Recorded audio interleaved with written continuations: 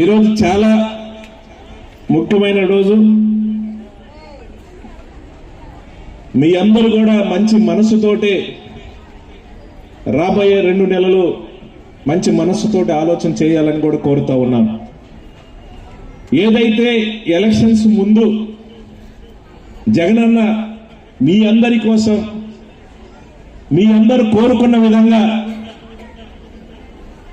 మీరు పెట్టిన నమ్మకాన్ని వమ్ము చేయకుండా ఇచ్చిన హామీలు ఏదైతే ఉందో దానిలో ఒకటి ఆసరా, వైఎస్ఆర్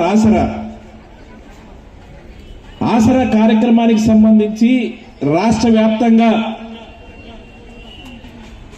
ఎలక్షన్స్ ముందు ఏదైతే మీ అప్పులు ఉన్నాయో, కోట్లాది మంది డోక్రా అక్క చెల్లెలు ఉన్నారు ఈ రాష్ట్రంలో, వాళ్ళందరినీ కూడా దృష్టిలో పెట్టుకొని వాళ్ళ తరపున 25,797 కోట్ల రూపాయలు ఆ రోజుకు అప్పుంటే ఈ అప్పు మొత్తం కూడా మీ తరపున నేను తీరుస్తాను, మీరు కట్టుంటే ఆ డబ్బులు మీకు ఇస్తానని ఇచ్చిన మాట మీద ఈరోజు మన పల్నాడు జిల్లాకు సంబంధించి 1,134 కోట్ల రూపాయలు ఇవ్వడానికి ఏర్పాటు చేస్తే మన నియోజకవర్గానికి సంబంధించి 161 కోట్ల రూపాయలు 4 విడతల డబ్బులు జగనన్న పంపించినారని గుర్తు చేస్తా ఉన్నాను. ఈరోజు మాచర్ల మండలానికి సంబంధించి మీకు మొదటి విడతలో మీ అందరినీ కూడా ఉద్దేశించి మాట్లాడటం జరిగింది. జగనన్న ఆదేశాల మేరకు మీ అందరినీ కలుసుకొని కూడా మాట్లాడటం జరిగింది. మొదటి విడత 7,95,00,000 ఇస్తే రెండో విడత 8,05,00,000 ఇవ్వడం జరిగింది. మూడో విడత 7,99,00,000 ఇచ్చే కార్యక్రమం. అంటే మీ మండలానికి మీకు 31,98,00,000 రూపాయలు ఇచ్చిన మాట ప్రకారం జగనన్న మీ అకౌంట్లో డబ్బులు పంపించినాడని కూడా ఈ సందర్భంగా గుర్తు చేస్తా ఉన్నాను. ఇక్కడ చాలా మంది పెద్దవాళ్ళు ఉన్నారు, మీ అందరినీ కూడా నేను కోరుతా ఉన్నాను. గతంలో చాలా మంది ఈ రాష్ట్రంలో అధికార పార్టీలో అధికారంలో ఉన్న నాయకులను చూశారు. ఆనాడు ఈ రాష్ట్రానికి 14 సంవత్సరాలు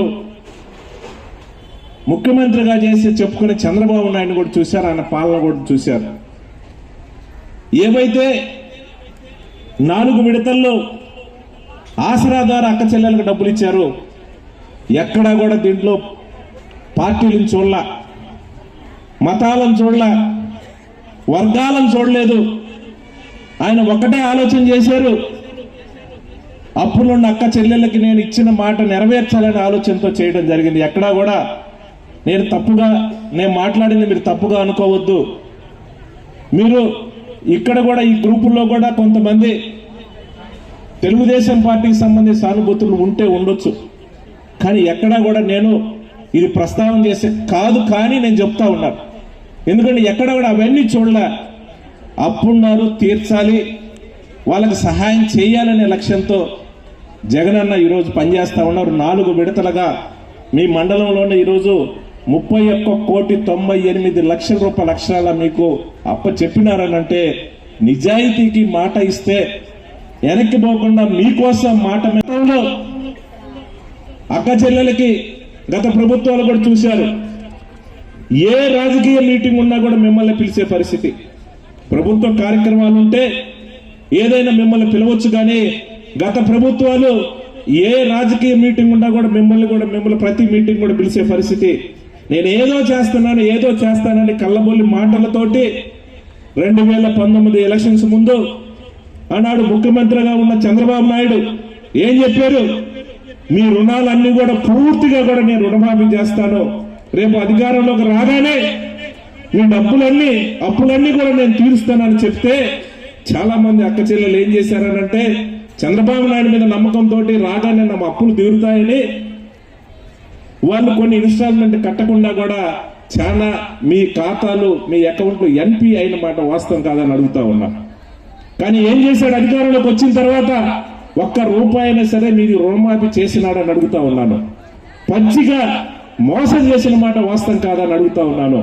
మీ కష్టాలు తెలుసుకొని ఈరోజు జగనన్న దరిదాపుగా 25,000 కోట్ల రూపాయలు డైరెక్ట్ గా కూడా మీ అకౌంట్ లో ఇచ్చేసి మిమ్మల్ని ఆదుకున్న మాట వాస్తవం కాదని అడుగుతా ఉన్నాను. ఎక్కడా కూడా కులాలను వర్గాలను చూడకుండా ఈ మధ్య నేను విన్నాను, జగనన్న మంచి చేసినాడు అని అంటే జగనన్న చెప్తా ఉన్నాడు, ఈ రాష్ట్రంలో ఏ కుటుంబానికైనా నేను సహాయం చేసినారు అనుకుంటేనే నాకు సపోర్ట్ చేయండి, నేను మీకు ₹1 మీ ఇంటికి ఏదైనా సరే నా ద్వారా వచ్చినాది అనుకుంటేనే మీకు సహాయం చేయండి అని జగనన్న మీటింగుల్లో మిమ్మల్ని అందరినీ కూడా రిక్వెస్ట్ చేస్తా ఉంటే కొంతమంది అన్నారు ఆయన డబ్బులు ఏమైనా ఇచ్చినారా అని. నేను అడుగుతా ఉన్నాను, ఇదే బడ్జెట్ ఇదే రాష్ట్రానికి ముఖ్యమంత్రిగా ఉన్న చంద్రబాబు నాయుడు 2014 నుంచి 2019 నువ్వు 5 సంవత్సరాలు ముఖ్యమంత్రిగా ఉంటే నువ్వేం చేసావు? డబ్బులు నువ్వెందుకు ఇలాపోయినావు నేను అడుగుతావు. ఇచ్చిన హామీని నువ్వు అక్క చెల్లెలకు డబ్బులు ఇవ్వకుండా డబ్బులని నువ్వు ఎక్కడ దాచిపెట్టావు, ఎవరికి దోచిపెట్టావు చంద్రబాబు నాయుడు నేను అడుగుతా ఉన్నాను. ఇవే కాదు అనేక సంక్షేమ కార్యక్రమాలు ఈరోజు 1 కాదు 2 కాదు నేను చెప్తా ఉన్నాను. ప్రతి పేద కుటుంబాన్ని దృష్టిలో పెట్టుకొని ఒక కుటుంబానికి సంబంధించి ఏదైనా 4-5 సంక్షేమ నేనున్నాను, మీకు నా మాట నమ్మండి, నా మీద మీరు నమ్మకం ఉంచండి. డైరెక్ట్ గా మధ్యవర్తులు లేకుండా జన్మభూమి కమిటీలు లాంటి దోపిడీ చేసే కమిటీలు లేకుండా డైరెక్ట్ గా కూడా మీ అకౌంట్ లో నేను డబ్బులు ఇస్తానని చెప్పిన మాట మీద ఈరోజు చూస్తా ఉంటే ఒక ఆసరా ద్వారా డబ్బులు ఇవ్వటమే కాకుండా ఈరోజు చూస్తా ఉంటే జగనన్న అమ్మఒడి కార్యక్రమం ద్వారా మీ పిల్లలు చదివించాలని మీరు స్కూలుకు పంపించండి. పంపిస్తే నేను బుక్స్ ఇస్తాను, బ్యాగ్ ఇస్తాను, యూనిఫామ్ ఇస్తాను, షూస్ ఇస్తాను, మధ్యాహ్నం భోజనం పెడతాను, 4 గంటలకు స్నాక్స్ పెడతాను, మీ పిల్లలు చదివించే బాధ్యత నేను తీసుకుంటాను. మీరు స్కూలుకు పంపిస్తే మీకు ₹15,000 అమ్మఒడి ద్వారా డబ్బులు ఇస్తానని చెప్పిన మాట మీద ఈరోజు అమ్మఒడి ద్వారా మీకు డబ్బులు ఇచ్చిన మాట వాస్తవం కాదని అడుగుతా ఉన్నాను. ఇలాంటి ఒక పథకం పెట్టాలి, పేద పిల్లల్ని ఆదుకోవడానికి ఒక ఆలోచన చేయాలని చంద్రబాబు నాయుడు ఎప్పుడైనా ఆలోచన చేశారా? ఈ 14 సంవత్సరాలు ముఖ్యమంత్రిగా అధికారంలో ఉన్నప్పుడు చేశాడని నేను అడుగుతా ఉన్నాను. ఇవి కాదు, ఈరోజు జగనన్న వసతి దీవెన, జగనన్న విద్యా దీవెన, పేద కుటుంబంలో పిల్లలు కాలేజీ చదువులు చదువుకోలేరని వాళ్ళకు కూడా సహాయం చేయాలని జగనన్న విద్యా దీవెన తీసుకురావడం జరిగింది. రైతు భరోసా ద్వారా ఈరోజు ఎవరైతే పేద కుటుంబంలో వాళ్ళకి పొలం ఉంటుందో వాళ్ళకు కూడా రైతు భరోసా కార్యక్రమం ఇచ్చే కార్యక్రమం చేశారు. అలాగే 0 వడ్డీ, వైఎస్ఆర్ ఉచిత బీమా, ఇన్పుట్ సబ్సిడీ, వైఎస్ఆర్ పెన్షన్ కార్యక్రమం. ఈరోజు అక్షరాల కూడా ఏమి చెప్పాడో అది అమలు చేస్తా ఉన్నాం. ఈరోజు ఈ రాష్ట్రంలో ఉండే పేదవారిని దృష్టిలో పెట్టుకొని పెన్షన్ ఇవ్వాలి, పెద్దవాళ్ళు ఉంటారు వాళ్ళ అవసరాలు ఉంటాయని కూడా ఈరోజు ఏదైతే చెప్పాడో మాట మీద 2,000 ఇచ్చాం, 2,250 రూపాయలు ఇచ్చాం, 2,500 ఇచ్చాం, 2,750 రూపాయలు ఇచ్చాం. ఈరోజు 3,000 రూపాయలు పెన్షన్ ఇస్తా ఉన్నా. మీ అందరికి కూడా నేను చెప్తా ఉన్నాను, ఎందుకంటే పెన్షన్ రాని అక్క చెల్లెలు ఎవరైనా ఉన్నారనంటే వాళ్ళకు కూడా చేయుత ద్వారా ఈరోజు 18,750 రూపాయలు ఏదైతే డబ్బులు ఇస్తా ఉన్నామో ఇప్పటికే 3 విడతల మీకు డబ్బులు ఇచ్చే కార్యక్రమం చేస్తా ఉన్నాం. ఈ ఆసరా ప్రోగ్రాం ద్వారా చేయుత ద్వారా మళ్ళీ కూడా లాస్ట్ విడత కూడా మళ్ళీ రేపు 10వ తారీఖు తర్వాత, ఈ నెల 10వ తారీఖు తర్వాత ఆ డబ్బులు కూడా ఇవ్వబోతున్నామని కూడా ఈ సందర్భంగా గుర్తు చేస్తా ఉన్నాను. ఇవి కాదు, ఈరోజు వైఎస్ఆర్ బీమా కానీ, కాపు నేస్త్రం కానీ, చేనేత నేస్త్రం కానీ, జగనన్న చేదోడు కానీ, వైఎస్ఆర్ వాహన మిత్ర కానీ, వైఎస్ఆర్ ఆరోగ్యశ్రీ కార్యక్రమం. గతంలో ఆరోగ్యశ్రీ కార్యక్రమాన్ని ఆనాడు స్వర్గీయ రాజశేఖర రెడ్డి గారు కార్యక్రమాలు చేశాం. జగనన్న నాయకత్వంలో ఇచ్చిన మాట ప్రకారం ఈ రకంగా మీకు సహాయం చేశాం. ఒకసారి మీరు ఆలోచన చేయండి, ఒక్కసారి మీరు దయచేసి జగనన్నని కాపాడుకుందాం. జగనన్నని మనం కాపాడుకుంటే మీకు అన్ని విధాల సహాయ సహకారాలు అందుతాయని మేము రిక్వెస్ట్ చేసి అందరినీ కూడా ఈ రాష్ట్రం నుండి పేద వర్గాలందరినీ కోరుతా ఉంటే, ఓ పక్క చంద్రబాబు నాయుడు ఆయన చెప్పుకోవడానికి ఏమీ లేదు.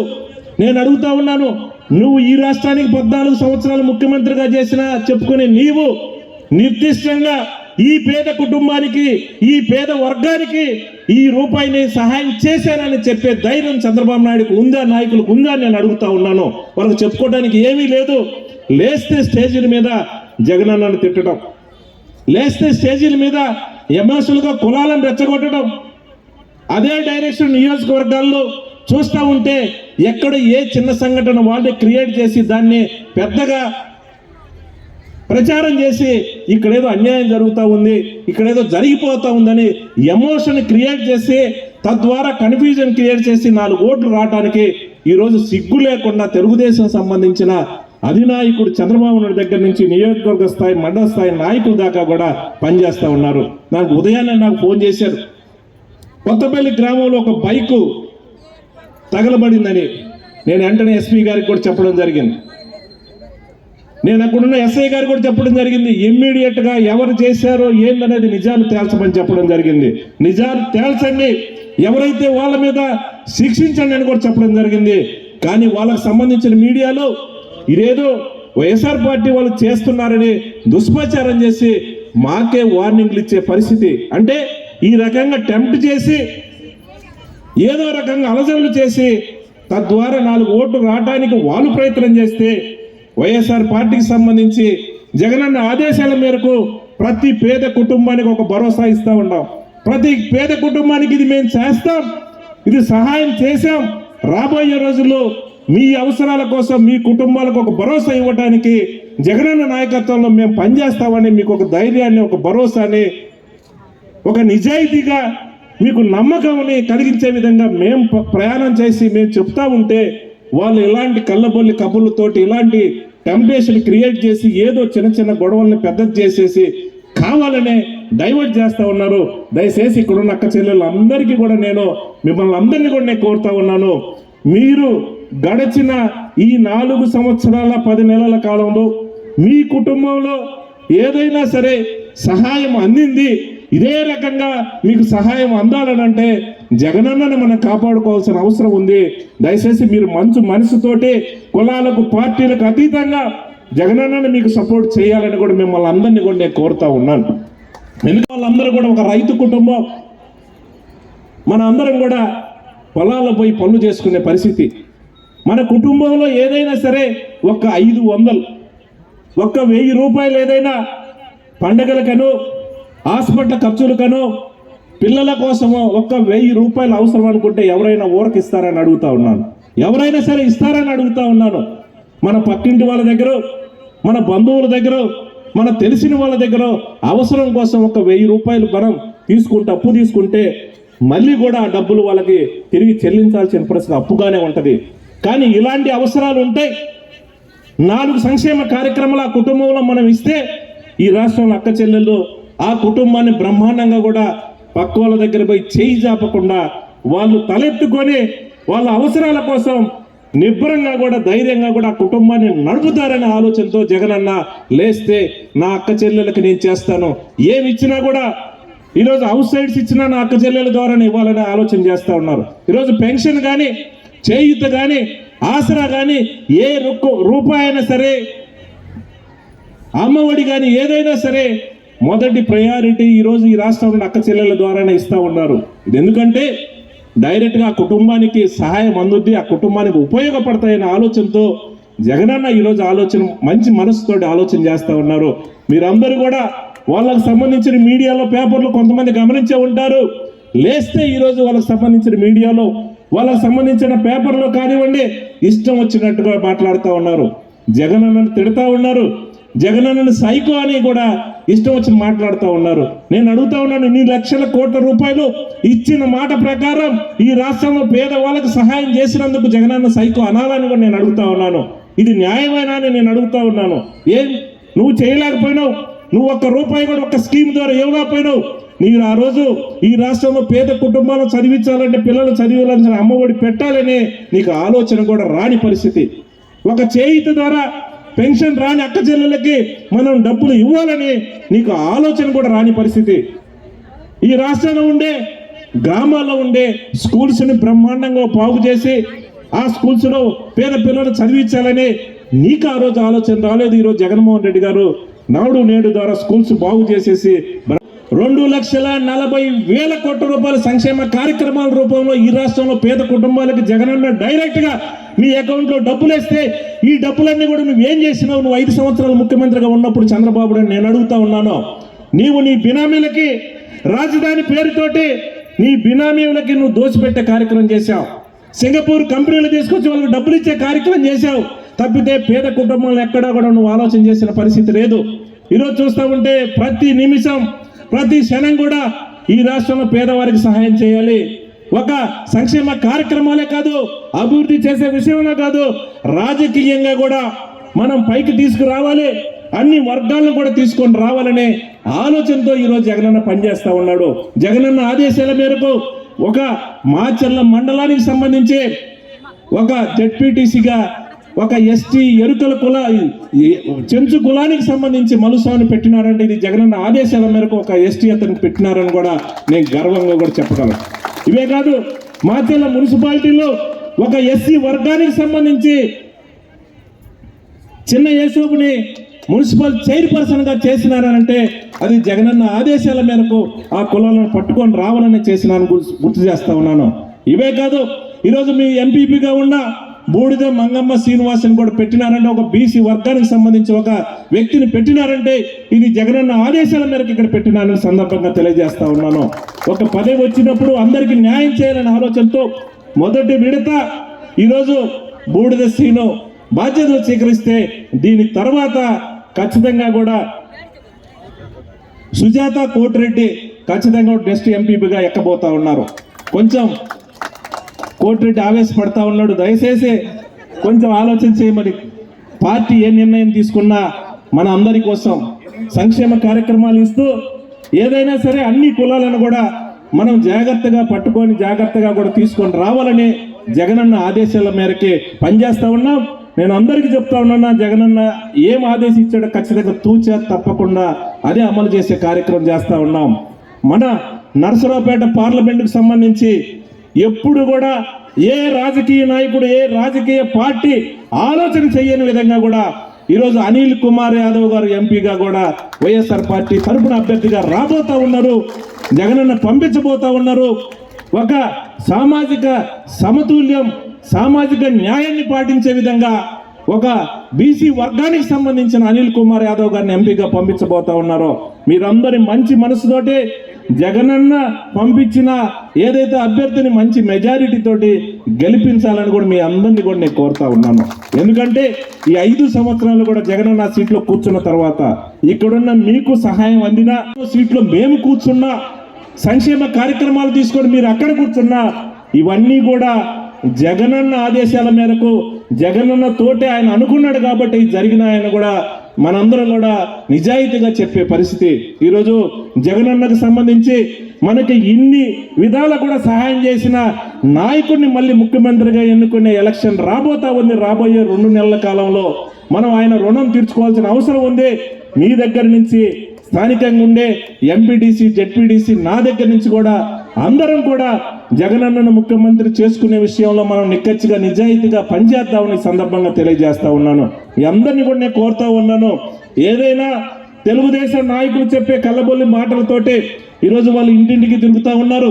వాళ్ళ నాయకులు వస్తూ ఉన్నారు, మేము వస్తే అది చేస్తాం ఇది చేస్తాం, ఈ రాష్ట్రంలో ఏదో సంపద సృష్టిస్తాం అని ఒత్తొత్తయి వాళ్ళు చెయ్యలేని గతంలో ఏదైతే హామీలు ఇచ్చారో మళ్ళీ కూడా కొత్త కొత్త హామీలు ఇవ్వబోతా ఉన్నారు.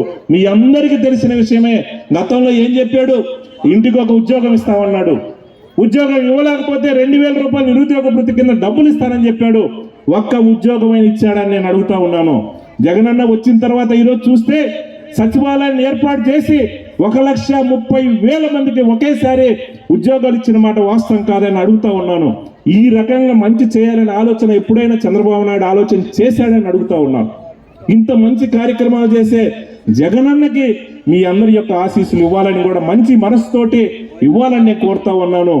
ఏదైనా రాబోయే 2 నెలల కాలంలో చాలా జాగ్రత్తగా మీరు ఆలోచన చేయమని కోరుతా ఉన్నాను. చిన్న పొరపాటు జరిగితే మీకు వచ్చే 1 రూపాయి కూడా చంద్రబాబు నాయుడు దగా మళ్ళీ మోసం చేసే కార్యక్రమం చేయబోతా ఉన్నాడు. ఎందుకంటే చంద్రబాబు నాయుడు నాకు వయసు అయిపోయింది, నాకు ఇది చివరి ఎలక్షన్, ఏదో మాయ మాటలు చెప్పి ఈ 4 సంవత్సరాలు పని గడుపుకుంటే నన్ను ఎవరు అడుగుతారు? ఇంకా నెక్స్ట్ ఎలక్షన్కి వచ్చేసరికి నా వయసు 80 సంవత్సరాలు అవుతుంది, ఇంకా నేను పోటీ చేసేది లేదు అని మళ్ళీ మాయ మాటలతోటి మోసం చేయడానికి వస్తా ఉన్నాడు.